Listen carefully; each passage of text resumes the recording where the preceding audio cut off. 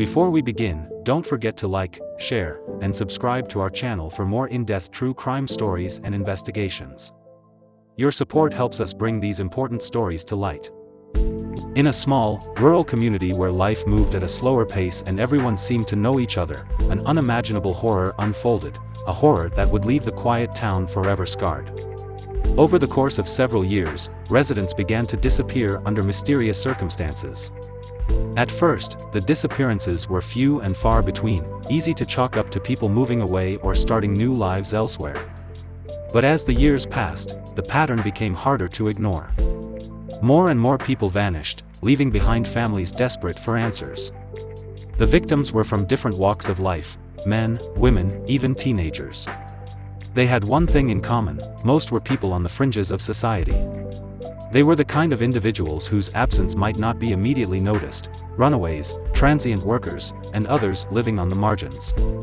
This made the pattern even harder to detect at first, allowing the disappearances to continue unchecked. The first break in the case came from a seemingly insignificant tip, a vague mention of strange activities on an isolated property far from town. It was the kind of place people avoided, a sprawling plot of land with dilapidated buildings, overgrown weeds, and an air of abandonment. Local rumors surrounded the property, but no one could have imagined the truth that lay buried there. When investigators arrived at the property, they were met with a horrifying sight. Scattered across the land were shallow graves, hastily dug and barely concealed. Human remains were discovered, some skeletal, others more recent. The sheer scale of the crime scene was staggering. It became clear that this was not the work of a single moment of rage or impulse. This was systematic. This was deliberate. This was evil.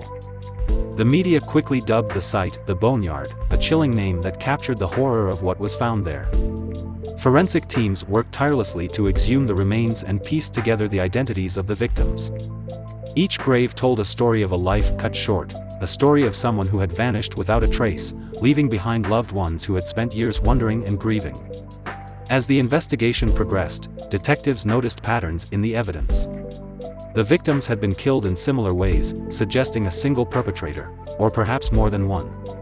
The bodies bore signs of brutality, and some had been kept for extended periods before being buried. This raised disturbing questions about what the victims had endured before their deaths. It didn't take long for suspicions to fall on a pair of individuals who lived on the outskirts of the community. They were known to keep to themselves, their interactions with others marked by a strange, unsettling demeanor. On the surface, they appeared unremarkable, just two people trying to get by in a rural town. But as investigators dug deeper, their connection to the crime scene became undeniable. The suspects, later dubbed the Boneyard Killers, had used manipulation and deception to lure their victims. They often posed as helpful neighbors or offered work to those in need. Once the victims were under their control, the killers unleashed their cruelty. Their motives were a twisted blend of power, control, and sadistic pleasure.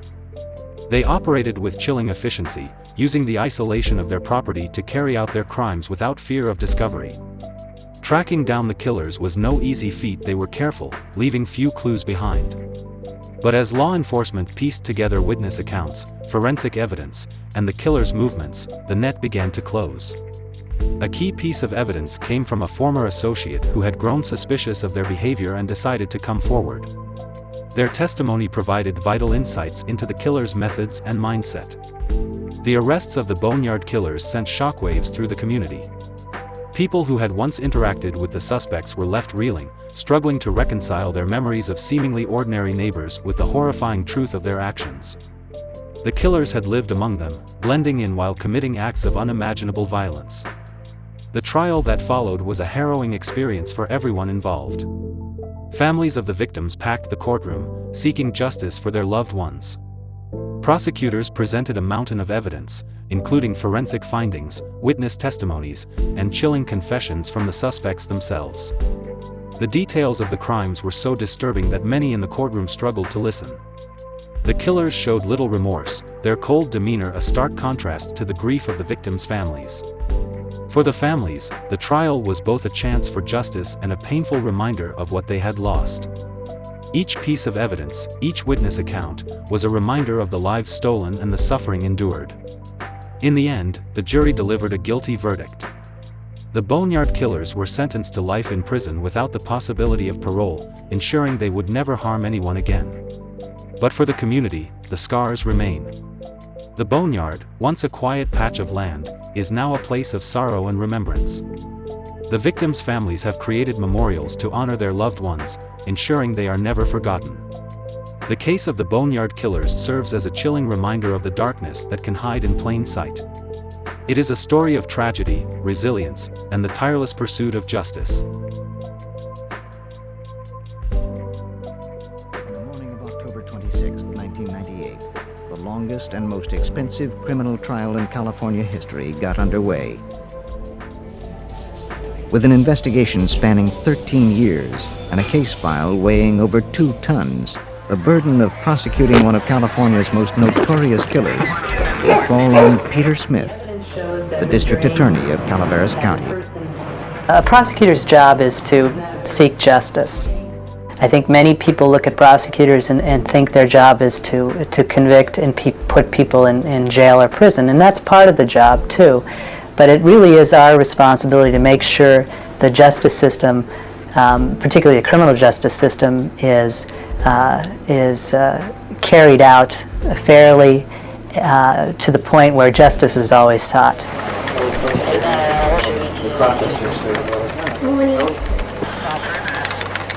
On June 2, 1985, a South San Francisco dispatch operator received a call. A theft was in progress at South City Lumber. 31 Boy 1, 1087 Robert 1 at South City Lumber, Railroad and Spruce, on a 488 shoplifting. Officer Daniel Wright of the South San Francisco Police Department responded to the call. I had just 1 year on the street at that time, and my thoughts were, officer safety, be careful. Like any call you go to, things could go awry at any time.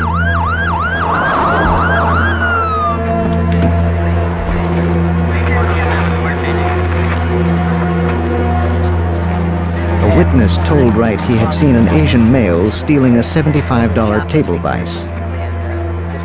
He said the thief, when confronted, tossed the vise into the trunk of a brown Honda and fled on foot.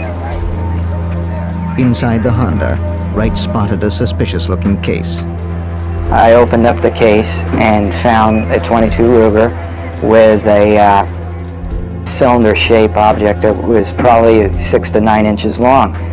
And through my training, I observed it to be a silencer. The gun was illegally modified. As Wright took a closer look, an agitated man burst from the store. Calm down. He told the officer he paid for the vise his friend had taken. Wright's supervisor, Sergeant Paul Zemer, arrived on the scene. The gun in the Honda made both officers suspicious. The car was impounded. At that time, we told him that he was going to be going down to the station to give a statement about the weapon, and he was handcuffed and placed into Officer Zemer's vehicle and brought to our station. On the way to the station, the man told Zemer the shoplifter's name was Charles Ng. Dispatch, I got an ID on that Asian male subject. The officer used his radio to request a background check on Ng. November Golf. They got a hit. Ng was a former Marine, born in Hong Kong. He'd been convicted in military court for stealing automatic weapons from a military base in Hawaii. He had once escaped from a military prison. At the South San Francisco police station, the subject was placed in a secure holding room. He told the officer his name was Leonard Lake. He said he was a fugitive from justice and offered to make a statement. But first, he wanted a piece of paper, a pencil, and a glass of water. Write your statement. I'll be back in a few minutes. He asked for a piece Zemer of left paper the and a pencil room and to a summon glass of Gary water Hopper, to write the out. on-call detective that Doing Sunday. right now. When they returned, Lake was on the floor, convulsing wildly. Detective Hopper called the paramedics. He was flopping around on the floor. It was very violent, like a fish flapping out of water, and uncontrollable. And we had no idea what was happening at the time, whether it was like an epileptic seizure or just what was going on. Detective Hopper called the paramedics. Once the paramedics got him to the emergency hospital, we found out a little later that they were finding no activity at all in his brain, that he was apparently brain dead. An autopsy later revealed that Lake had ingested capsules containing cyanide. The doctor told me, and the lab technicians told me that it took about 20 to 25 minutes for the gel cap to dissolve before the cyanide actually hit his system. And that would probably coincide fairly well with the amount of time between he was at the lumber yard and brought to the police station. Rather than writing a statement, Lake had written a note to a woman named Lynn. The note read, "Dear Lynn, I love you. I forgive you. Freedom is better than all else. I'm sorry, Mom, Patty, and all. I'm sorry for all the trouble. Love, Leonard." Police were perplexed. Why had the suspect taken his own life? Whatever secrets Leonard Lake held, he took to the grave. The answer might lie with Lake's companion, Charles Ng. Police issued a warrant for Ng's arrest for shoplifting. Then they processed the car Lake had been driving. When they ran the serial number on the Honda's engine block, investigators discovered that the car belonged to Paul Cosner. Cosner, a Bay Area resident, had been missing for 7 months. Hello? Detective Irene Brunn of the San Francisco Police Department investigated Cosner's disappearance. Cosner's sister had reported him missing months earlier. I'll be in a half hour. And she was quite distraught. Her brother had disappeared. He had had a date that evening with his girlfriend for dinner, who also lived in the same apartment building where he lived. He failed to show up for that dinner date, and in speaking to the girlfriend, Paul was going to show a car that he was selling through an advertisement in the paper. Cosner was only one of many strange cases involving missing persons in the Bay Area. Detective Brunn was also investigating the disappearance of an entire family. On July 25, 1984, San Francisco police responded to a frantic call for help. Harvey Dubbs, his wife, and their 16-month-old son Sean hadn't been seen for several days. Police had to climb through a window to gain access to the Dubbs apartment. San Francisco Police Department, anybody on the premises? The Dubbs family had indeed disappeared, and the signs of a struggle were apparent. Days earlier, Harvey Dubbs had placed an ad in the newspaper to rent out his video equipment. That equipment was now missing. Missing person cases usually fit a certain profile. The back window. They often involve teenage runaways or people who disappear without telling anyone, only to return a few days later. In the case of the Dubbs, it was clear the family hadn't left voluntarily. Detective Brunn feared they would never return. In the house, there were things that were unusual and out of order. The baby's room was out of order. Deborah's medication was left at home, and it was something she had to take every day. So there were a lot of things that didn't look right. They left their cats locked in the house unattended, and they wouldn't have done that. It is unusual for people like Paul Cosner or the Dubbs family to simply vanish without a trace. Without leads, both cases had gone cold. To be realistic, we get 500 a month. We had one family disappeared July 25th. Now we're up to November 2nd. So because of the caseload, you're not trying to pin cases together. The only similarity was a newspaper ad. Based on the discovery of Paul Cosner's brown Honda, Brunn and her partner reopened his case and searched the vehicle for clues. They found a driver's license belonging to a man named Scott Stapley. They found a stun gun and several unspent bullets on the floor of the car. A recent electric bill addressed to an unknown woman named Clara Lynn Balaz was found under the passenger seat. And in the roof of the car, investigators found a single bullet hole. Can you see that front there, partner? It's like 22. The trajectory of the bullet indicated the shot was fired from the back seat. The investigators sprayed luminol around the interior of the See vehicle. what I see? Luminol reacts with proteins in blood, making even traces of blood fluoresce. High-velocity blood spatter associated with a gunshot wound appeared on the roof next to the front passenger seat. Brunn and her partner now suspected they would never find Cosner alive. With Leonard Lake dead and his partner Charles Ng at large, investigators could only wonder how many more victims they might find at the end of this trail of blood. Leonard Lake's mysterious suicide had now launched a full-scale police investigation. Brunn and her partner drove to the home of Leonard Lake's mother, who lived about an hour outside of San Francisco. Hi, ma'am. I'm Detective Tom Eisenman with the police department. At the house, they were surprised to find Clara Lynn Balaz, the woman whose name appeared on the electric bill found in Cosner's car. Okay.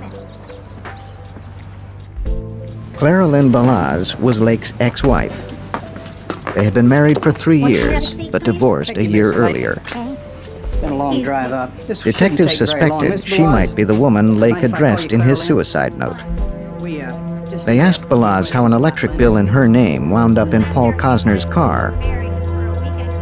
Balaz explained the address on the bill was for a cabin her family owned in Calaveras County in Northern California. Although Brunn and her partner were eager to search the cabin, Balaz claimed she was too busy to take them there until the next day. The detectives postponed their search until the following morning leave it just the way it is. and instructed Balaz not to visit the property in the County meantime. Road 104, 10 o'clock. All right? Thank you very much. All right. Thanks. So we called the Calaveras Sheriff's Department and told them that we were going to be coming up the following morning and why we were going and if it was possible for them to have somebody keep an eye on the property. Calaveras County covers over 1,100 square miles of wild terrain. A force of 34 officers protected the entire county in 1985. There hadn't been need for more. The sheriff sent 2 deputies to watch the cabin, which was located outside the town of Wilseyville. A metal gate prevented them from driving onto the property. Because of their manpower shortage, they couldn't have somebody sit there for the next 24 hours, but they would make passing calls, which was reasonable. The following morning, Brunn and her partner arranged to meet Clara Lynn Balaz outside the Wilseyville post office. They were surprised when she arrived with Lake's mother. And at that point, Carolyn admitted that they had driven up the night before. And the pretext was that Leonard was very untidy and they wanted to tidy up the cabin. Concerned that Balaz and Lake's mother might have compromised evidence at the cabin, Brunn, her partner, and the Calaveras County sheriffs followed them to the property. The detectives asked Balaz about a cinder block bunker near the cabin. She said she didn't have the key and would not give them permission to search it. Lacking sufficient probable cause for a warrant, the detectives would have to limit their search to the cabin alone. But at this point, we were still more interested in getting into the house, so we didn't want to antagonize her. because this was a consent search. Other than that, we would have had to stop and go get a search warrant at that point.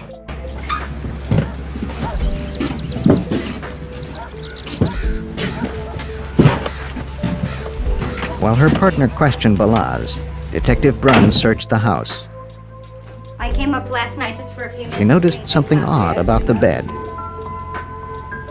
There were holes drilled into the bedposts and the floor. It seemed designed to tie someone up. And I was standing in front of this bookcase, and I happened to turn around, and all of a sudden I recognized a piece of equipment. And then it dawns on me where I had seen it. It was the Dubs.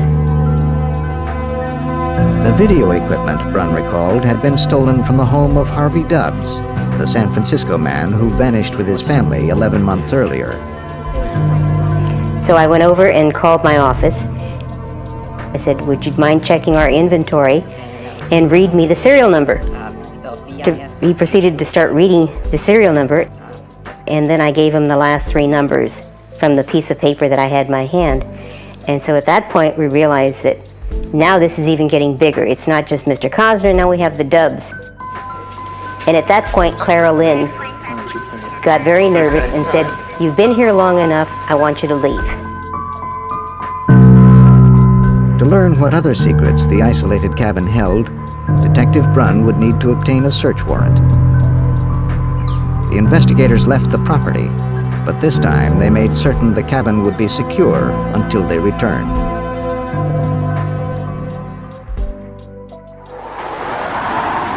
As investigators conducted a search of Leonard Lake's cabin in Calaveras County, they had discovered video equipment that belonged to a family who had been missing for nearly a year. This gave them sufficient probable cause to petition the judge for a warrant. Ron McFall led the investigation for the Calaveras County Sheriff's Office. We did get one that day, and later that afternoon we went back to the residence to conduct a search of the residence and the property and what looked like a tool shed at first.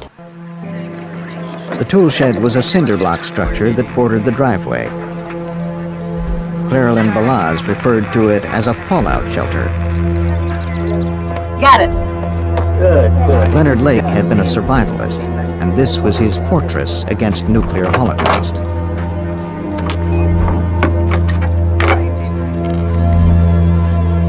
As the heavy door swung open, investigators could only wonder what they might find inside.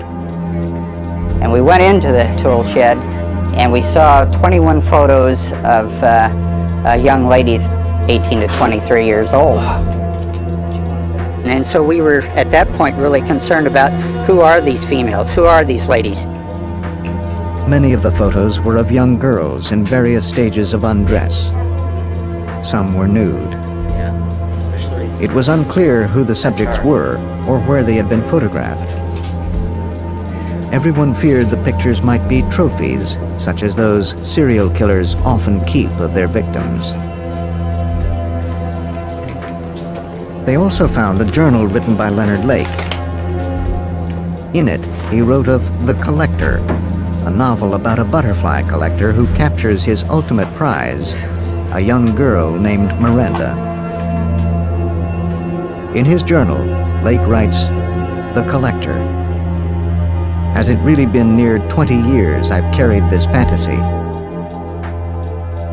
And Miranda, how fitting, my lovely little prisoner of the future."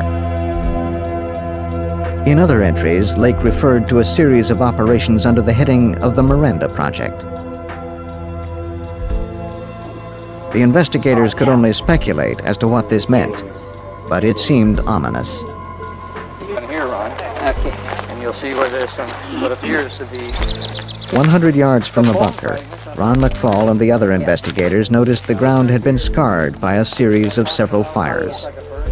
We noticed at that point approximately 7 different burn sites on the property. We decided to look at the burn sites a little further, and we found what we thought may be bone fragments, but we really weren't sure. If the piles of ash did contain human bone fragments, someone had attempted to conceal an unspeakable horror. Now desperate for answers, investigators ran the license plates of a truck parked near the cabin. It belonged to Lonnie Bond, Lake's neighbor. Hello, anybody in the house? Lonnie Bond lived with his wife and 18-month-old son in a house about 50 yards from Lake's cabin. Anybody home? Officers walked next door to speak with Bond. Hello? Anybody here?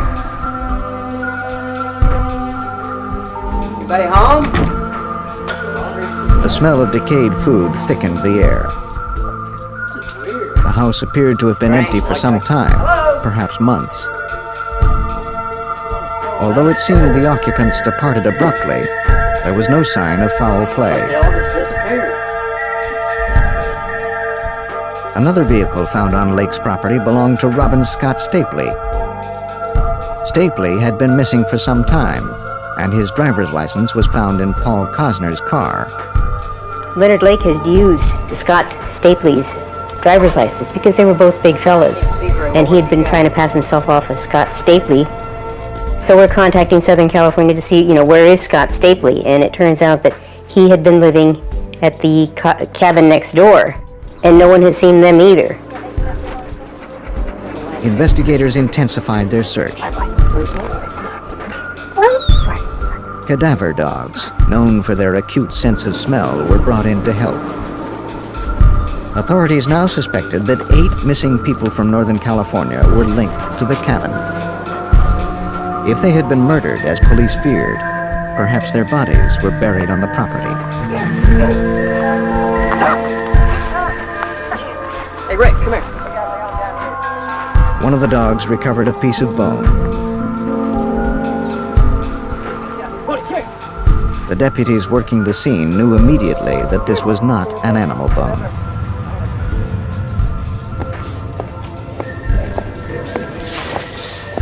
With the discovery of human remains, what had been a missing persons case now became a homicide investigation. Investigators declared Leonard Lake's property a crime scene and assembled a task force to process the cabin and surrounding property. We're going to just brief you a little bit about what's happened. Due to the expanding scope of the case, the Calaveras County Sheriff's Office called in additional help. The location that we're talking about, Specialists from the San Francisco Police Department and the California Department of Justice arrived to help with the investigation. again, we talked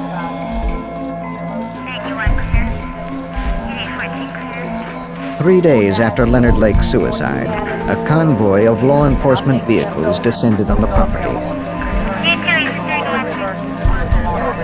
Now that this was a murder investigation, police knew that all material recovered from the site could become vital to the eventual prosecution of the case. Each section of the property was assigned to a specific team. The teams began a thorough search of the 2 acres surrounding the cabin. In a clearing about 100 yards from the cabin, officers found a trench with loose dirt. They found the trench had been filled with personal belongings and debris. Hey, Officer Ballard! I got something! Sergeant Larry Copeland, an investigator for the Calaveras County Sheriff's Office, joined in the search for clues. Every button, zipper, jewelry even, everything that was taken out of there was turned over to the evidence officer, who took each one and individually photographed each and every piece of it. And we're talking hundreds. Everything excavated from the property was potential evidence. All of the items were collected and sent to the Calaveras County Sheriff's Office. They were meticulously cataloged. Investigators hoped that somewhere in this vast collection of evidence, they would find the clue that would untangle the mysteries hidden on Lake's property.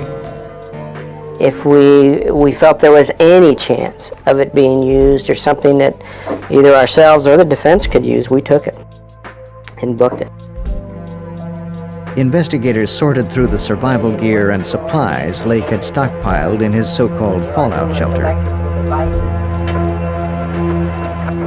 Lieutenant Ron McFall remembers that during this phase of the search, they made a surprising discovery. there was a secret door inside the bunker. It was a false door. You really couldn't tell just by looking at it, but there was shelving units, and after you wiggled the shelves, you saw that the door actually popped open. Beyond the shelves was a double door leading to a hidden room. The inner chamber. Off to the side was another 3-foot by 6-foot compartment. Main chamber. The cramped space contained a homemade wood cot, a crude shelf holding some toiletries, and a roll of toilet paper. A small hole had been cut into the wall near the ceiling, possibly for ventilation. A typed list of rules was affixed to one wall. They included, "I must always be ready to service my master, and must never speak unless spoken to. I must always be obedient, and never look my master in the eye." From outside, investigators could see into the small room through a two-way mirror. They also noticed that the hinges of the door had been damaged. Top and at the bottom. You'll further notice the hinges are bent from obviously pressure from inside the door pushing out, trying to get the door open, both the top and bottom. Remembering Lake's journal, investigators feared that Lake had acted upon his fantasy of kidnapping and holding captive a human slave. Forensic specialists dusted for fingerprints and latent evidence. They hoped that if Lake had indeed kept a prisoner here, he or she had left behind some clue of their presence. They found nothing.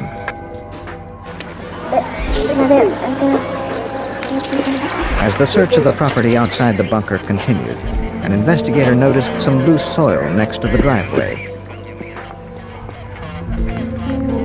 There, they found a 5-gallon plastic paint container.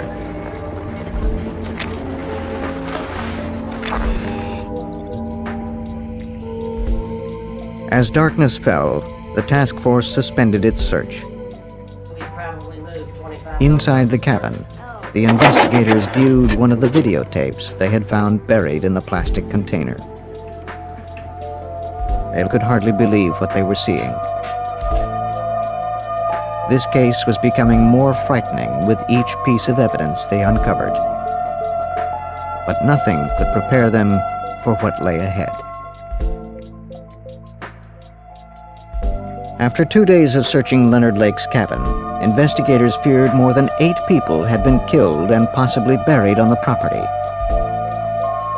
On the second night, the task force moved inside the cabin to view the videotape found buried in a plastic container. The tape depicted 2 women suffering extreme verbal and psychological abuse at the hands of Leonard Lake and his accomplice, who demanded sexual submission under the threat of violence. We also observed an Asian male on the tape, and he had a knife in his hand, and he was cutting the clothing. This would be the blouse and the top, as well as the bra strap, removing clothes from the female. The Asian male was identified as Charles Ng, the shoplifter Leonard Lake had identified just prior to his suicide. The Homicide Division of the San Francisco Police Department launched a full-scale manhunt for Charles Ng. Investigators started with a search of Ng's San Francisco apartment. They collected some video equipment and a number of videotapes. Everything was tagged as evidence and sent for analysis. San Francisco homicide detective Ed Erdelatz led a task force that investigated the year-old disappearance of the Dubs family. The equipment Lake and Ng had used to videotape their captives had once belonged to Harvey Dubs. Investigators had obtained his California driver's license photo and had made up a photo collage, shown it to neighbors, and identified him as one of the people coming out of the Dubs home. One of the Dubs' neighbors told investigators that the night before the family was reported missing, she saw 2 men leaving their residence. One of the men was carrying a large duffel bag. It was dark, but she said she could identify him. The eyewitness's critical identification of Charles Ng gave investigators probable cause to issue an arrest warrant. Well, I told him Clara Lynn Balaz, Leonard Lake's ex-wife, was questioned about her ex-husband's association with Charles Ng. She agreed to talk, but only after her attorney convinced the district attorney's office to grant her immunity from prosecution. Balaz claimed she didn't know anything about the murders.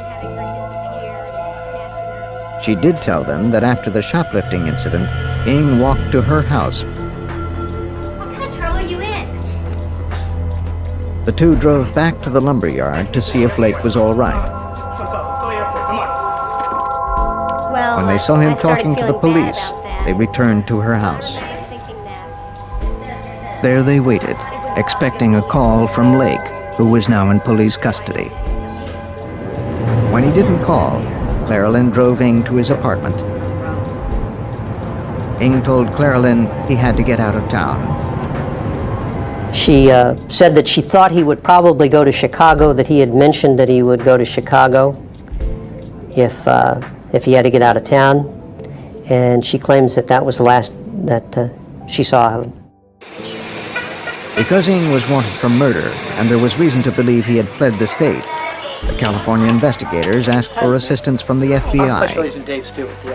In response, the Bureau launched a massive manhunt for Charles Ng. At San Francisco International Airport, agents learned that a passenger fitting Ng's description had boarded a plane to Chicago, traveling under the name Mike Kimoto. In Chicago, agents worked to track Ng's movements.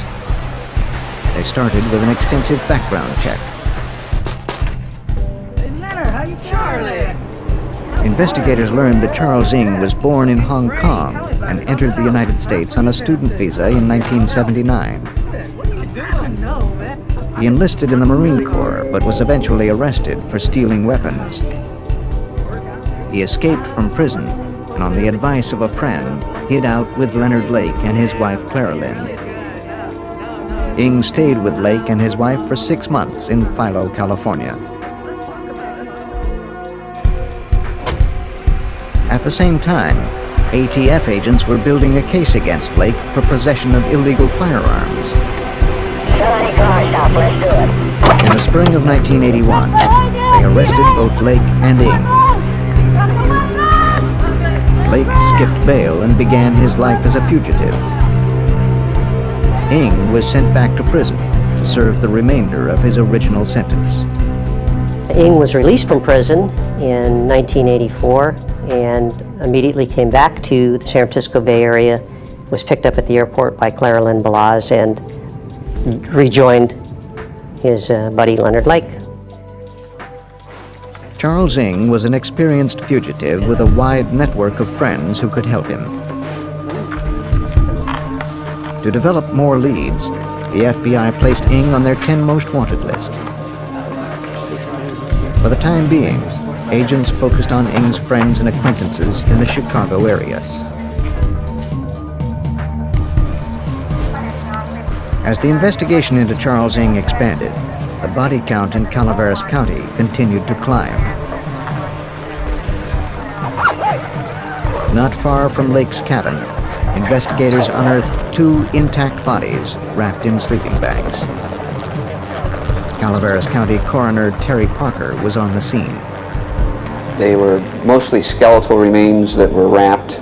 You couldn't really make out if they were men or women because of the time that the bodies had been there.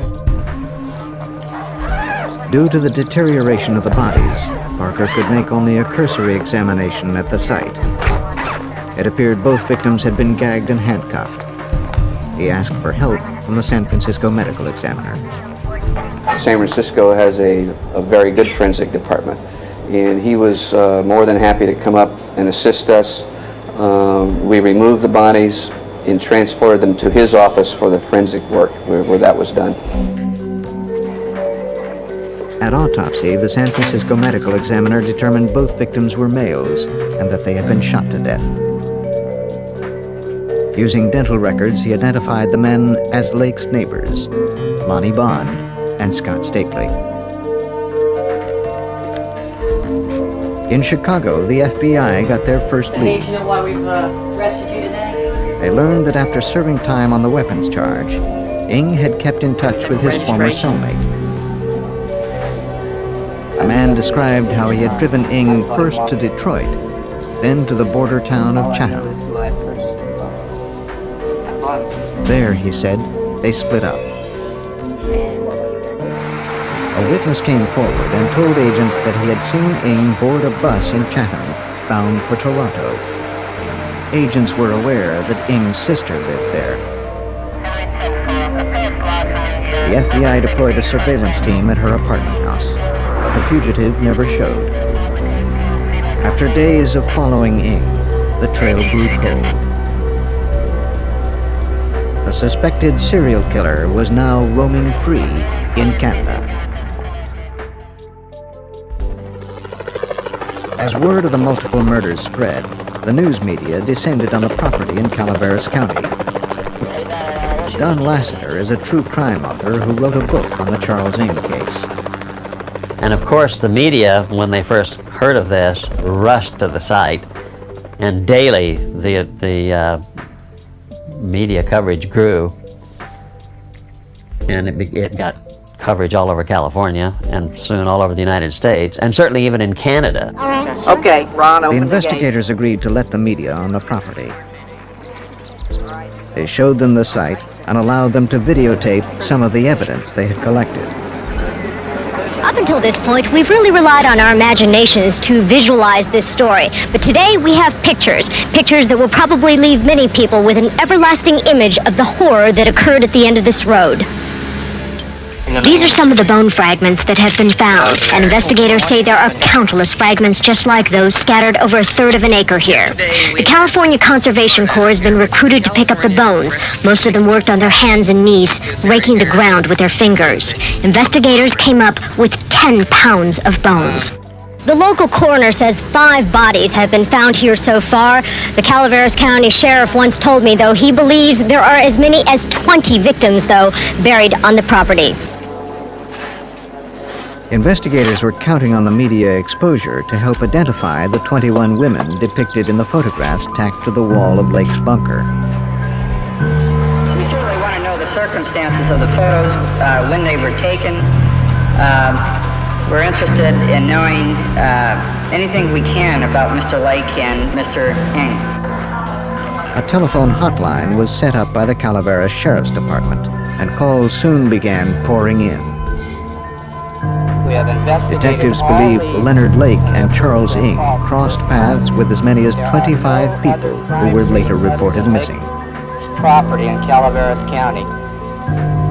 Working under San Francisco investigator Ed Erdelatz, the task force tried to piece together any leads that would locate Ng or help identify the growing list of victims. Anybody that had anything to do with either Lake or Ng, we attempted to identify and find out if they were still alive, and if they were, what their relationship was. And it was through that process that we began to identify different victims. Members of the task force were sent around with photos of personal belongings found on the property in an effort to identify anyone who had been at the cabin. Relatives and friends of the missing realized their loved ones might be among the dead. There was the Dubs family from San Francisco, who placed an ad in the newspaper to rent their video equipment and were never heard from again.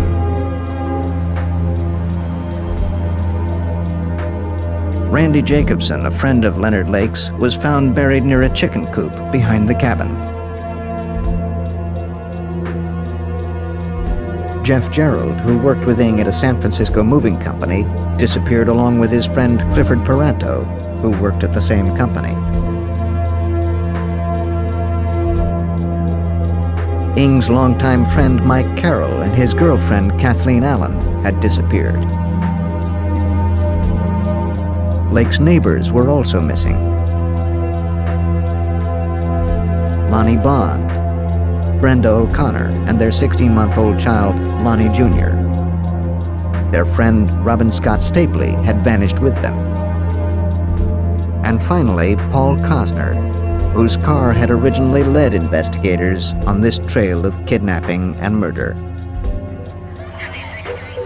The task force received one bit of good news. Hey, listen up, fellas. We finally caught a break on this one.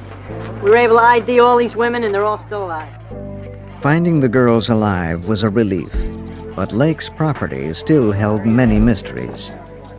Agents feared they would never know the complete story of the Calaveras County murders unless they found Charles Ng. After weeks of searching, they still had not located the fugitive.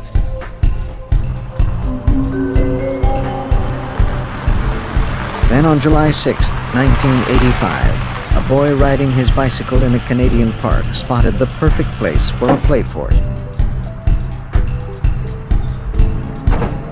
He was surprised to see a man living there. He went to the police and told them he had found a campsite and had seen a man who looked like Charles Ng. The boy recognized him from wanted posters.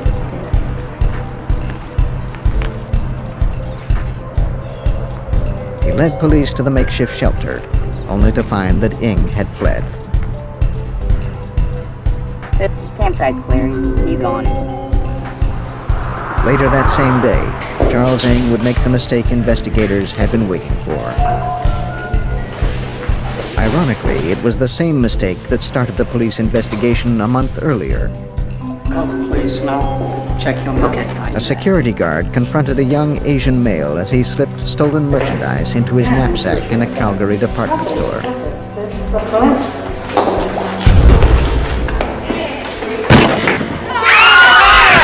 As the security guard struggled with the gun, he was shot in the hand. Still, he managed to wrestle the weapon from the shooter and hold him until police arrived. Charles Ng was captured and booked on charges of attempted murder, robbery, and possession of a firearm. This is Channel 10, Eyewitness News, Night Watch. Good evening, Happy Night Watch. Charles Ng is in a Canadian jail tonight, and the worldwide manhunt is ended for the prime suspect in more than a News dozen of Ng's frames arrest in Canada reached the sheriff's office in Calaveras County. Ng was captured by security guards in a Calgary department store, but not before he engaged them in a brief gun battle and wounded one of the guards. Ng was quickly subdued by store patrons and was taken into police custody. San Francisco Police Inspector Ed Erdelatz was eager to question the suspect. He flew to Calgary, where Ng was being held in a maximum security prison. And we spent quite a few hours with Charles in the detention center in Calgary. And although he did talk with us, most of his responses were 1- and 2-word answers, very little dialogue, and primarily denial. We could have gone into a lot of things had he been willing to talk to us about those things, but that didn't occur. The murders, Ng claimed, were all the work of Leonard Lake. When pressed, Ng did admit to Erdelatz that he had helped Lake dispose of the bodies of Lonnie Bond and Scott Stapley the day after they were murdered. In Calaveras County, the district attorney's office indicted Ng on 12 counts of first-degree murder, making it possible for the prosecution to seek the death penalty. But Ng's flight to Canada had created a significant obstacle. District Attorney Pete Smith explains. There was an extradition treaty between the United States and Canada at the time, and in that extradition treaty, there was a condition that nobody would be extradited from Canada back to the United States who faced the death penalty. There were some exceptions to the treaty, however. Do you think we can work around that? If the district attorney's office could prove to a Canadian court that Ng was guilty of multiple murders, Canada would be required to hand over the suspected killer. Before the extradition hearing could begin, Ng would have to stand trial in Canada on shoplifting and assault charges. In order to delay his extradition, Ng waived his right to a jury trial and asked for a speedier bench trial. He received a 4.5-year sentence. Until he completed that sentence, the Calaveras County District Attorney could not initiate the complicated extradition process. Over all the evidence with him. Even if they could prove their case, they would have to wait over 4 years before they could begin.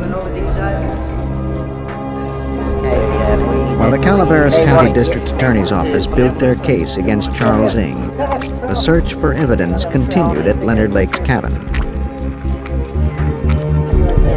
By this time, 5 bodies had been found and identified. Hundreds of personal effects had been recovered. More than 40 pounds of unidentifiable human remains had been unearthed. Investigators believed that as many as 25 missing persons had been linked to the cabin. As the evidence against Ng continued to grow, he used his time in a Canadian prison to try to fend off any attempts at extradition. He knew if he was successfully extradited back to the United States, he would have to face a murder trial and the possibility of the death penalty. He began to educate himself on the American legal system. For a boy with limited education raised in Hong Kong, he was remarkably adept at knowing the legal system here and how to deal with it.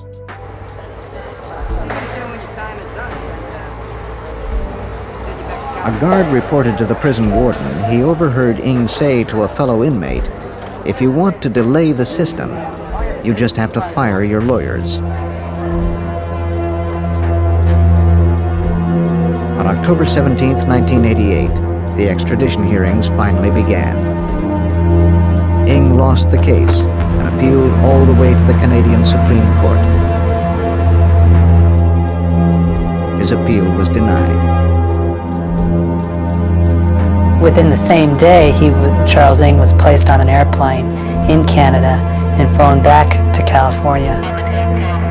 But the pursuit of justice was far from over. Charles Ng had used his time in Canada to arm himself with enough legal knowledge to wage an all-out war on the American judicial system. On September 26, 1991, suspected serial killer Charles Ng was finally returned to California. The Calaveras County District Attorney charged Ng with 12 counts of murder. Detective Sergeant Randy Grassmuck transported Ng daily from the California Department of Corrections to the Calaveras County Courthouse. We had high security. We had our SWAT team up on the roof for a while. We had heard that somebody wanted to kill Charles Ng. But let's face it, the last thing we wanted to do as Calaveras County Sheriff's Department was lose Charles Ng. Calaveras County was not prepared to handle a prisoner like Charles Ng. Their courthouse wasn't secure enough to hold a maximum security prisoner. The county had to build a special cage to house Ng during his legal proceedings. From the moment Ng arrived in the county, he was intent on wreaking havoc and creating delay. He began by trying to fire his attorneys and complaining about his treatment. He filed motions for better food and a shorter commute from the prison. He demanded to have his cage dismantled. Although each motion was frivolous, it sapped the resources of the Calaveras County District Attorney's Office. I didn't realize how truly huge this case was. We're very small. We have 5 attorneys, including myself. There's the assistant district attorney, and then I have 3 deputy district attorneys. We have 2 investigators, and we have 3 support staff, and that's it in our criminal division. It's like a very small law firm. The prosecution battled Charles Ng for a full year before his preliminary hearing even started. Your Honor, at this point in time, we would like to present photos, affidavits, and videotapes into evidence against the defendant. The purpose of this proceeding was simply to determine whether the prosecution had sufficient evidence to try Ng for the 12 murders. Case against the defendant moving forward to trial. Although the burden of proof is not as strict as that of an actual trial, the prosecution had little direct evidence linking Ng to the murders. Lacking eyewitnesses, fingerprints, and blood evidence, the prosecution would have to present its case mostly on circumstantial evidence. Their strongest evidence was the videotape found at the cabin entitled M Ladies. The preliminary hearing was the first time the tape was played for the public. On the tape, Lake and Ng were seen torturing two women, one of whom was Brenda O'Connor. Inspector Erdelatz explains the impact of the videotaped evidence. Brenda O'Connor is a woman who lived on the adjacent property with her boyfriend and his friend and their little baby. And you see her on film, she's handcuffed and she's begging Leonard Lake and Charles Ng for her baby back. She wants her baby back and she's crying. Of course, they killed this little baby, and it's such a sad thing to see, her asking for this little baby back. The tapes were incriminating, but with so little physical evidence directly linking Ng to the murders, the prosecution would have to rely on the testimony of another criminal. Hey, Maurice Laberge had served time with Ng in Canada. To pass the time, Ng entertained Laberge with crudely drawn cartoons depicting his crimes and with stories of what had happened at Lake's cabin in California. To gain favor with his parole board, Laberge turned over the cartoons and told authorities the details of his conversations with Ng. One of the most damning cartoons depicted Ng killing a baby. Laberge testified at Ng's extradition hearing, detailing everything Ng had confessed during their jail time together. Laberge's testimony was presented as evidence. On November 13, 1992, the court found sufficient grounds to try Charles Ng on 12 counts of murder. The judge set his trial date for January 12, 1993. We felt that the case would be tried and over with by 93, but no later than 1994. Well, that didn't happen. What did happen was delay. Now that Ng knew he would stand trial for his crimes, he began a desperate attempt to delay the proceedings in any way possible. He filed a motion alleging that his court-appointed attorneys were incompetent. He succeeded in firing them, and the court appointed him new counsel. Because pre-trial publicity made it impossible to find an impartial jury in Calaveras County, Ng's new defense team filed a motion to move the trial. The judge granted the motion, moving the trial to Orange County in Southern California. A fully loaded 36-foot truck delivered a mountain of case material to Ng's new counsel, the Orange County Public Defender's Office.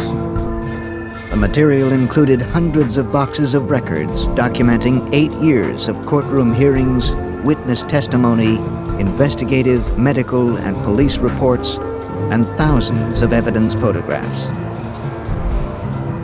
William Kelly, Ng's newly appointed counsel, asked for and received 2.5 years to prepare his client's case.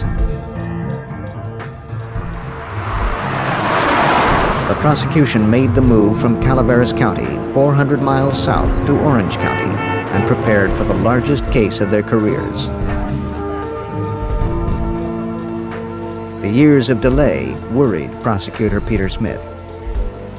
As you know, in any case, memories fade, witnesses die, things of that nature, and so when you tack on 6 years to the life of a criminal case, that's a long time to delay a case from going to trial.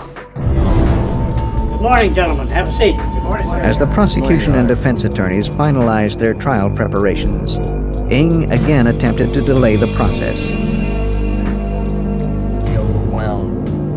But Judge John Ryan put a stop to his tactics.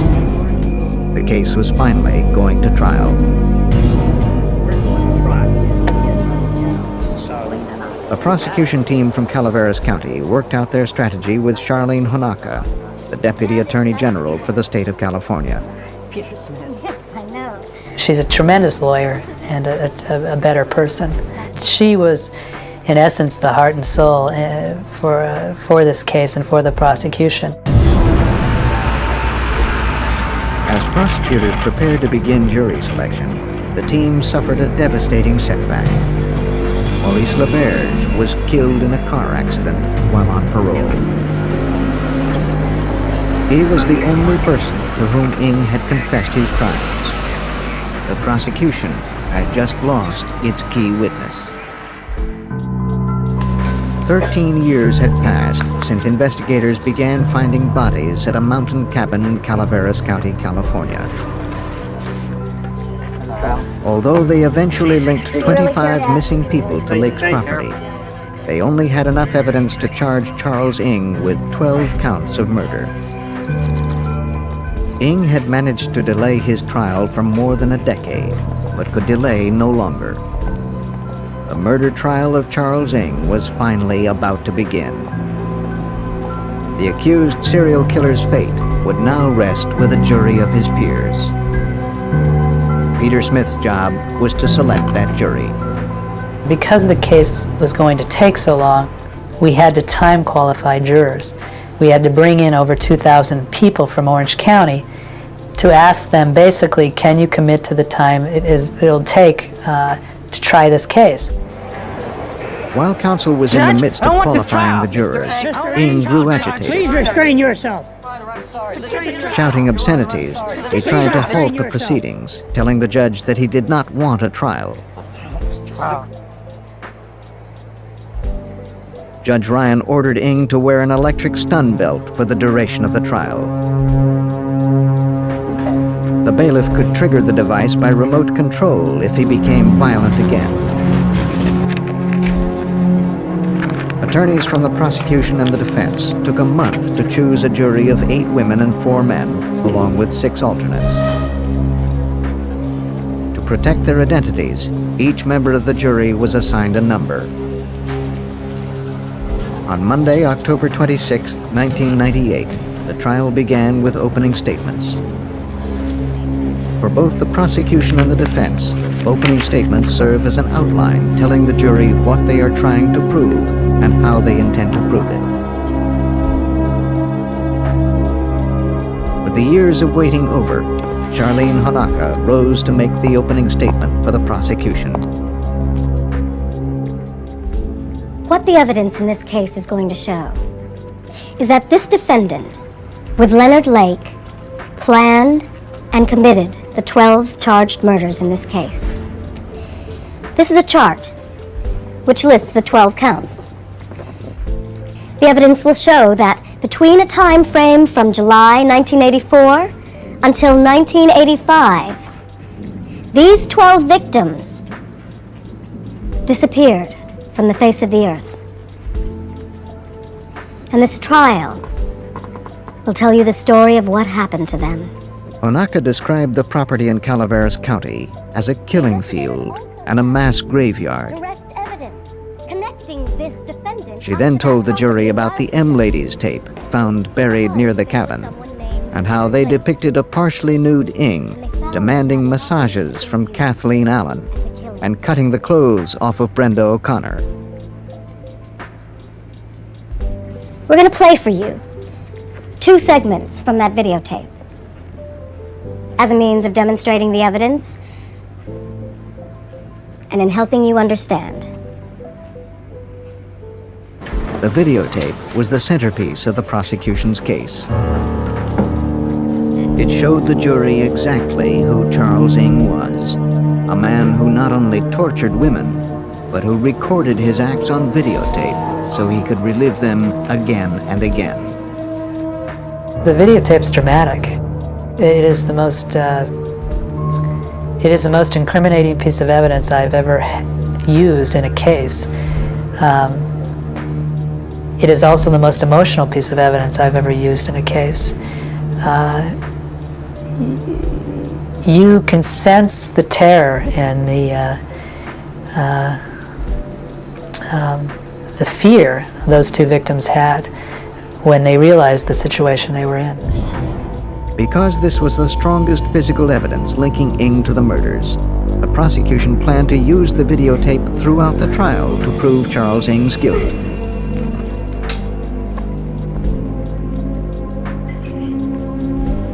William Kelly, Ng's court-appointed attorney, scarcely mentioned the defendant in much of his opening statement. His strategy was to shift the focus of the accusations from his client, Charles Ng, to the late Leonard Lake. The defense in this case is really simple. That is, Leonard Lake had a motive for murder. Leonard Lake also had a plan for murder. Kelly asserted that Lake's plan for murder was outlined in his diary under the heading The Miranda Project. He then read the jury excerpts from Leonard Lake's journal. Kelly suggested that Lake's conspirator was not Ng, but Clarelyn Balaz, Lake's ex-wife. He asserted that she knew about the Miranda Project and even recruited potential victims. Nobody's gonna walk in here, sit down in that jury box, point a finger at Charles Ng, and say, I saw Charlie Ng murder somebody.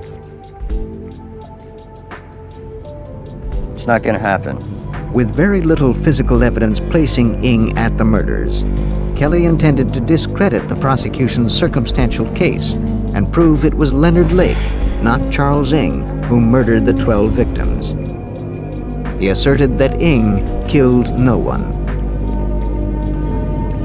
The prosecution called Sergeant Larry Copeland of the Calaveras County Sheriff's Department to the stand. Can you tell us how long He told the jury about a startling discovery he made while analyzing the videotapes confiscated from Ng's San Francisco apartment. And I'd put this tape in and push play, and it started with the credits. So I thought, well, gee whiz, someone didn't rewind this tape. So I pushed rewind, but I didn't push stop first. I just pushed rewind. So it started playing in reverse. And then all of a sudden, right at the end of the tape, it went whoop. What Copeland discovered was a still image of two bodies in a wheelbarrow. The image was entered into evidence. Yes, it is. The medical examiner was Would you sworn take a look in. at these photos for me? He was asked to identify two photographs of bodies found at the cabin. Yes, I believe that's the remains of Scott Stabling. And this next one? Those remains are from Lonnie Bond. He went on to explain the way in which Lonnie Bond and Scott Stately were bound, gagged, and wrapped in sleeping bags. The sleeping bags matched those on the tape. The medical examiner testified that the bodies on the tape were in full rigor mortis. A lot of the victims have been bound. Rigor mortis occurs shortly after death when the blood flow is interrupted. It only lasts for a few hours until the body begins to decay. In Canada, Ng told Inspector Erdelatz he helped bury Bond and Stapley 24 hours after they were murdered. Whoever had taken the picture had done so immediately after they were killed. The single frame on the videotape found at Ng's apartment linked him to the murder of Lonnie Bond and Scott Stapley. Because so few of the remains found on the property could be identified, the prosecution relied on hundreds of personal effects discovered at Ng's apartment and the cabin to link him to the victims. These items were photographed and entered as evidence. The district attorney's lead investigator, Mitch Hrdlicka, was in charge of witnesses' testimony for the prosecution. Well, we had over 200 pieces of evidence that we used in the guilt phase of the trial, and we had about 75 witnesses that we had to bring in from various parts of the country as well as Canada to prove that those items belonged to the people who had gone missing and the victims in our case. The prosecution then attempted to establish a link between Kathleen Allen and Charles Ng. Kathleen Allen was one of the women on the M Ladies tape who was tortured by Lake and Ng. Although her body was never found, several of her personal effects were unearthed near the cabin. The prosecution asked her sister to identify a heart-shaped pendant. Miss Allen, I know this may be very difficult for you, but I want you to look very closely at this necklace and tell me if you recognize it. It's a necklace Kathy used to wear all the time. Thank you. Your Honor, we'd like the record to show that the witness identified the necklace as belonging to the victim, Kathy Allen. And at this time, the people would like to move that we place this in evidence. The prosecution then began to construct the timeline of Kathleen Allen's disappearance to explain how she got to the On cabin. April 14th, 1985... Her former supervisor discussed an odd phone conversation she had while at work. Yes, sir, I did. And can you tell us about that conversation?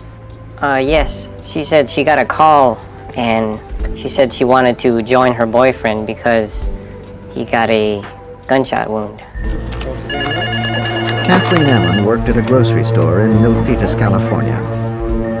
Her boyfriend, Mike Carroll, had met Charles Ng while serving time in Leavenworth Federal Prison. Mike called Kathleen to say he was in Lake Tahoe and had been shot. He was sending a friend to pick her up and bring her to him. Kathleen told her supervisor what Mike had said and asked for some time off. And what happened after that? A man came by to pick her up. In a what? In a brown or bronze Honda, I think. Did you have an opportunity to see the driver? A little, yes.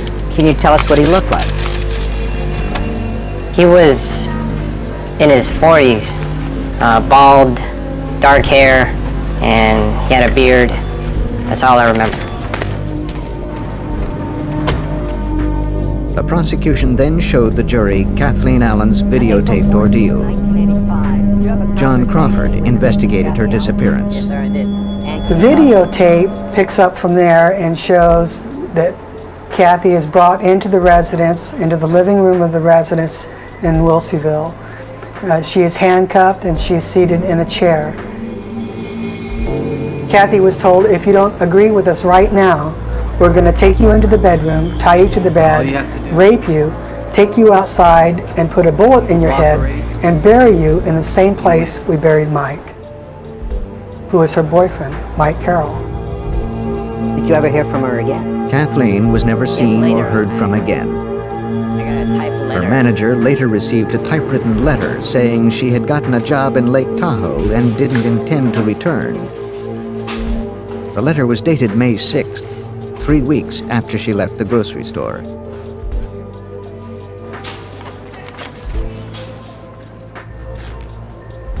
Many of the victims' co-workers, families, and friends received typewritten letters from the victims to explain their absence. A comparison of the letters showed they all originated from the same typewriter. An Olympia typewriter found in the cabin was analyzed by forensic document examiners. They concluded that it was the one on which the letters were written. The prosecution entered the typewriter into evidence. The prosecution next tried to prove that Charles Ng was responsible for the abduction and murder of the Dubs family. Miss Tuck, you told us that your last contact with Deborah Dubs was They called Karen Tuck, who was asked to testify about the last time she spoke with her friend Deborah Dubs on the telephone. Well, Deb was expecting someone to come over to talk to Harvey or see his video equipment. And then the doorbell rang, or someone knocked, and we terminated the conversation. So someone came to her door while you were in the phone conversation with her? Right. Hi. Hi, we're here about the video equipment. Yeah. Harvey Dubs, a part-time wedding photographer, had placed an ad in a newspaper offering to rent his video equipment. He's got a heavy-duty coax cable, too. Karen Tuck told the court she tried to call Deborah Dubs the next day, but no one answered the phone. The Dubs family disappeared on July 25, 1984. Their bodies were never found. Deb was expecting someone to come over and Karen talk to Tuck Harvey was the or look last at his person to video speak with equipment. Deborah Dubs So on the she day walked she and out her the family were door. abducted So, from their San the Francisco end of the home. conversation. Takes really good pictures. After placing an ad in the newspaper to lightweight, rent some video weighs equipment, 8 pounds. Harvey Dubs, his wife, Deborah, and his son Sean had been robbed and taken from their home. The family was never seen again. Detective Irene Brunn found an inventory of Harvey Dubs' equipment at his home. Harvey was meticulous in keeping records and photographs, and he kept the original receipts from when he purchased them. He had serial numbers, brand names for everything that he had. The Boulevard on-ramp. Harvey Dubs' detailed records enabled investigators to trace his equipment to Leonard Lake's cabin. But some video equipment was also found in Charles Ng's apartment. One of these pieces matched Harvey Dubs' inventory. The prosecution entered the video equipment into evidence. Since the Dubs' bodies were never found, the prosecution's strategy was to use overwhelming circumstantial evidence to tie Ng to the missing family. A case is like a puzzle. You have to start putting the pieces together so that the jury can get a clear understanding of what took place. And to prove a case, you have to fit enough pieces of the puzzle together so that a jury believes beyond a reasonable doubt that a particular defendant murdered or committed a crime. And focused our attention on this bunker. Sergeant Larry Copeland was called back to the stand. Well, when we first came on, He testified about the 7 burn sites they had found. There was a bit of He also described the hundreds of bone fragments he found, many of which had been crushed, burned, and scattered around the property. discover a complete Judging from the size skeleton. and number of burn sites, investigators suspected Lake and Ng had used fire to dispose of the bodies of many of their victims. The condition of the remains would make it impossible to identify all the victims. No one had witnessed any of these crimes. But the prosecution's next move was to put Ng's confessor on the stand. During his Canadian prison term, Ng told Maurice LaBerge he helped Lake abduct victims and burn their bodies. LaBerge was the prosecution's key witness. His first-person account and the drawings Ng gave him would cement their case. But LaBerge died before the trial began. At the extradition hearing in Canada, LaBerge testified about everything Ng had told him. In a calculated move, the prosecution argued to have the written transcripts of LaBerge's Canadian testimony read into the record. If it's intended to show that Leonard Lake Despite the killed all defense's 12 strong objections, the judge ruled to admit the transcript. Sergeant Raymond Monroe, the Royal Canadian Mounted Police, took the Robbery, stand and sexual read assault, LaBerge's prior several testimony. The defendant. In the transcript, LaBerge described how Ng gave him the grotesque cartoons and spoke of the crimes he committed, including the videotaped sessions with Kathleen Allen and Brenda O'Connor. Following statement. He told me that the videotape shows a female complaining that it's too warm, and he had a butterfly knife, he called it. He flicked it open and cut her clothes off. Thank you. Maurice LaBerge was a career criminal who served repeated terms for robbery and sexual assault. On cross, Good afternoon, Kelly attacked LaBerge's credibility. Isn't it true that Maurice LaBerge had an extensive criminal history? Objection, Your Honor. We've already established that. Overruled. Thank you. Sir, isn't that correct? Yes, sir. And isn't it also true that as part of an agreement with the Canadian government to enter the Witness Protection Program that Maurice LaBerge received $36,000? I believe that was the deal that we struck with him, yes. Kelly implied that LaBerge's testimony had been bought and paid for. Sexual assault and robbery? Yes, it is. And do you recall offhand What, if any, contents were retrieved from the automobile at the site of the accident? There was $20,000 in cash found in the vehicle. $20,000 in cash? Kelly's cross-examination had been successful in insinuating that LaBerge would say anything for money. You're a career police officer, Although the isn't that correct? prosecution's key witness had taken the stand by 20 proxy, years. Yes, sir. they now feared the defense attack had destroyed his credibility. Isn't it true Sergeant Monroe was one of the prosecution's that last Maurice witnesses. LaBerge had numerous convictions for After presenting their case for 12 days, the prosecution rested. On November 17, 1998, William Kelly began presenting Ng's defense to the jury.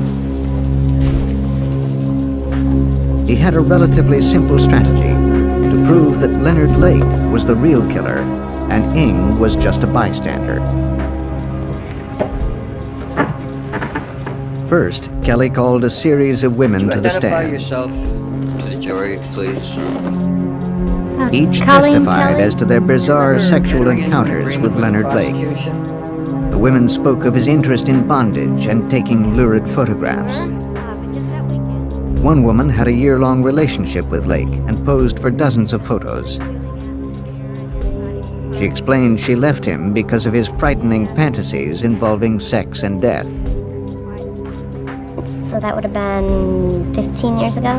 Another woman testified that Lake had threatened to rape her and that he believed in human sacrifice. House, and he had come over with some people that they knew. The testimony painted Lake as the monster and established that none of the witnesses had even met Charles Ng. Thank you. Another witness testified that he had seen Lake verbally abuse Ng, Usually working as sort of his assistant or helper. helping the defense establish that Ng was subservient to Lake. By calling witnesses who had often seen Balaz with Lake at the cabin, the defense attempted to show that Balaz herself was an accomplice to Lake. Kelly also used this testimony to demonstrate that Ng spent little time at Leonard Lake's cabin. The defense's strongest proof that Lake planned to kidnap, torture, and murder his victims was his journal. It was here that Lake outlined the so-called Miranda Project. While the jury was out, Kelly moved to enter an edited version of the journal into evidence. Because the edited version eliminated references to Charles Ng, the judge resisted. I believe the court should eliminate misleading evidence. And this edited diary could do just that, if it is intended to show that Leonard Lake killed all 12 victims without the help of Charles Ng. I believe the diary needs to be excluded. Most of it is just pure junk. But the diary shows that Lake was thinking of the fantasy for 20 years. The jury knows what Lake planned. This edited diary is inadmissible. Kelly's attempt to put Leonard Lake on trial appeared blocked. But he countered the prosecution's strategy with his next witness. In his opening statement, Kelly asserted Claralyn Balaz knew of the Miranda Project and helped Lake recruit women to photograph.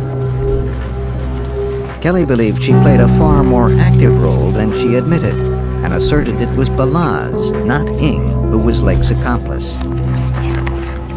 The prosecution had not called her as a witness, so as Balaz took the stand, everyone in the courtroom, including the prosecution, wondered what she would say.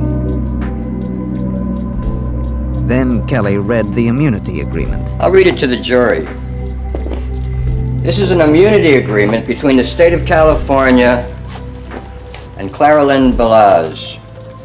The state of California promises witness transactional immunity for all crimes, including but not limited to murder, conspiracy to commit murder, aiding and abetting murder, theft, and received stolen property related to the victims. No questions. In a stunning move, Kelly chose not to question Balaz. He created the appearance she had something to hide. And since she had not spoken on the stand, the prosecution could not cross-examine her. Balaz made her immunity deal with the prosecution, but in the end, she provided them with little information and became a witness for the defense. Kelly then called another witness who could not be cross-examined. He played a tape made by Leonard Lake describing his rationale for the Miranda Project. What I want is an off-the-shelf sex partner. I want to be able to use a woman whenever and however I want. And when I'm tired or satiated or bored or not interested, I simply want to put her away. With a final glimpse into the mind of Leonard Lake, the defense rested its case. Peter Smith made the final closing argument for the prosecution. He reminded the jury of the evidence they had seen and asked them to return a guilty verdict. Then the trial took its most surprising turn. After hearing the prosecution sum up their case against him, Ng filed a handwritten motion demanding he be allowed to testify on his own behalf. Fire you. And you. When Kelly tried to convince his client otherwise, Ng threatened to fire him. Against the advice of his attorneys, Charles Ng would be taking the witness stand. Observers in the Charles Ng trial were stunned when they entered the courtroom on January 27, 1999. The accused serial killer himself was now on the witness stand. Ng was charged with killing 12 people, and after 3 months of listening to his case, he demanded to testify on his own behalf. Assuming the prosecution would use LaBerge's testimony to corner Ng, Deputy Public Defender Clapp decided to take the offensive and prove that LaBerge had lied. Did you tell him that, with regard to Brenda O'Connor, Kathy Allen, that you shot them in the head while they were handcuffed and blindfolded? No. Ng testified that he had helped to imprison Brenda O'Connor and Kathleen Allen, but had not intended to hurt or kill them. Did you tell Maurice LaBerge that you put their bodies on a pile of wood and ignited it with gasoline? No. Did you agree to kill, intend to kill, or kill any of the victims in the 12 murder charges? No. Ng's denials continued for hours as Clapp went over every statement Ng allegedly made to his jailmate.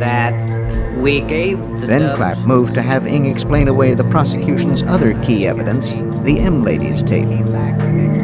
On the tape, Brenda O'Connor begged Ng not to take her baby away. Ng, with regard to the videotape, To which he replied, "It is better than the baby is dead."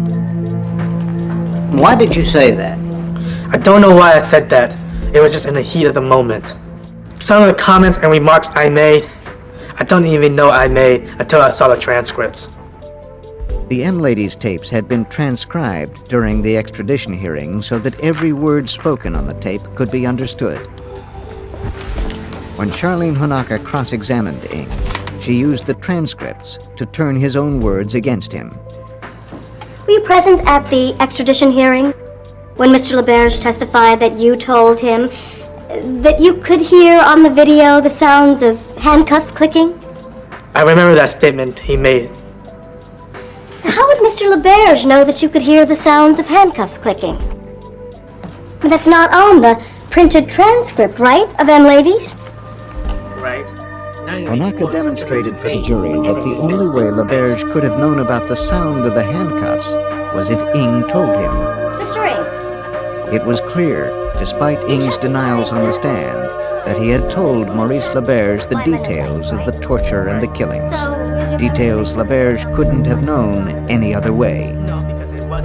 Honaka then set out to establish that Charles Ng was not a bystander, but a willing participant in the crimes. She replayed a scene from the M Ladies tape showing Ing cutting the shirt off Brenda O'Connor. So you never talked to Leonard ahead of time about your plan to cut her clothes off, right? No, not on the tape. So you just decided on your own to cut her clothes off, right? Yes. Without any specific instruction from Leonard Lake. Onaka again turned to the videotapes. She played a portion of the tape where Ing tells Leonard Lake that a gun is on the table. You told Leonard at one point that the piece was on the table, right? Yeah, I remember saying something like that. What did you mean by the piece? Oh, just wanted to let him know the gun was on the table in case Kathy might grab the gun and shoot him with it. Well, now, she's handcuffed, right? Yes. And she's got leg manacles on? Yes, I believe so. And there are two of you and one of her, right? Yes. And the reason you told Leonard that the gun was on the table is because you were afraid Kathy might pick it up and shoot him? Something like that. Onaka had shown that Ing was more than a bystander to Leonard Lake's crimes. Thank you. He was an active participant who sometimes even directed Leonard Lake.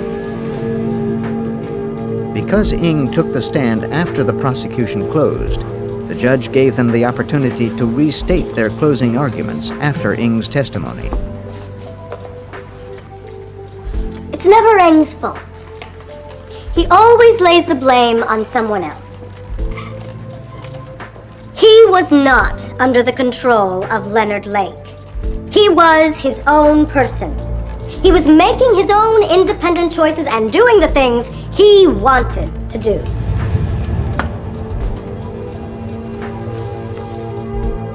William Kelly then gave the closing arguments for the defense. He asserted the prosecution had simply failed to prove their case and attacked their most important piece of evidence, the M Ladies tape.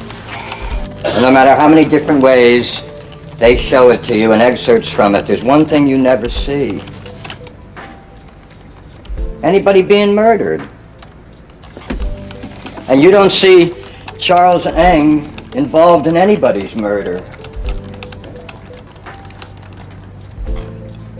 No matter how many times you see him cut the clothes off Brenda O'Connor, and as offensive as that is, and I grant you it's offensive, but it ain't murder. It just isn't. Charles Ing had been charged with the murders of 7 men, 3 women, and 2 babies. His fate was now in the hands of the jury. Anybody who prosecutes cases or tries cases knows there's never a sure thing with a jury. And that's the difficult aspect of being a prosecutor. You have to convince 12 people beyond a reasonable doubt. And all 12 have to agree. It has to be unanimous. The jury deliberated for a week, then 2 weeks. The media coverage intensified as the deliberations stretched into their 3rd week. The prosecutors became increasingly concerned that the jury was having difficulty making a decision. This was not a good sign for the prosecution, who knew their case was mostly circumstantial.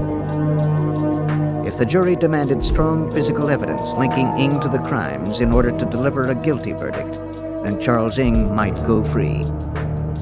As time dragged on, all the prosecution could do was wait.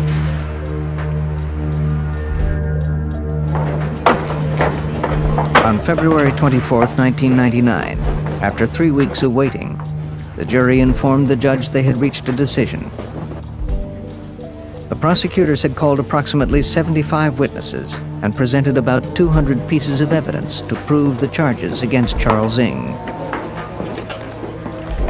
All that evidence was now in the hands of the jury.